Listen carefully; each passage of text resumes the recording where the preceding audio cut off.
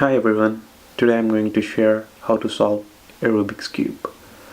So first, you need to understand about the Rubik's Cube first. So a Rubik's Cube has center pieces, edge pieces and corner pieces. And if you observe the color scheme in my particular cube here, orange centerpiece is always opposite to red centerpiece. Blue centerpiece is always opposite to the green centerpiece, and yellow centerpiece is always opposite to the black centerpiece. Usually in the original Rubik's Cube, instead of the instead of the black centerpiece, you will have white centerpiece. Okay, so these centerpieces doesn't move anywhere.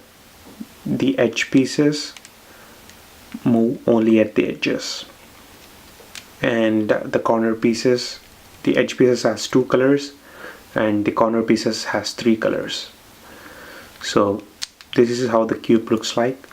So let me shuffle a little bit and we'll get started.